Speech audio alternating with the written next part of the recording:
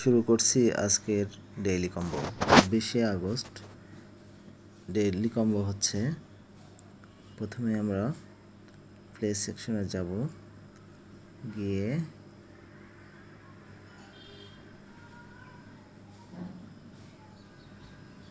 চার নম্বর কার্ডটি প্লেস করব, এরপর 14 নাম্বার কার্ডটি, এরপর 3 নম্বর এবং লাস্টে 15 নম্বর কার্ডটি প্লেস করে চেক করব,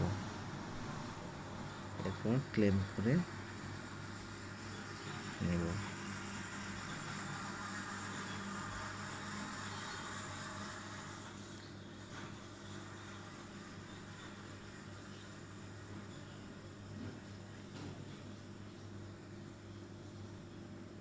প্রথম দিন ৬৬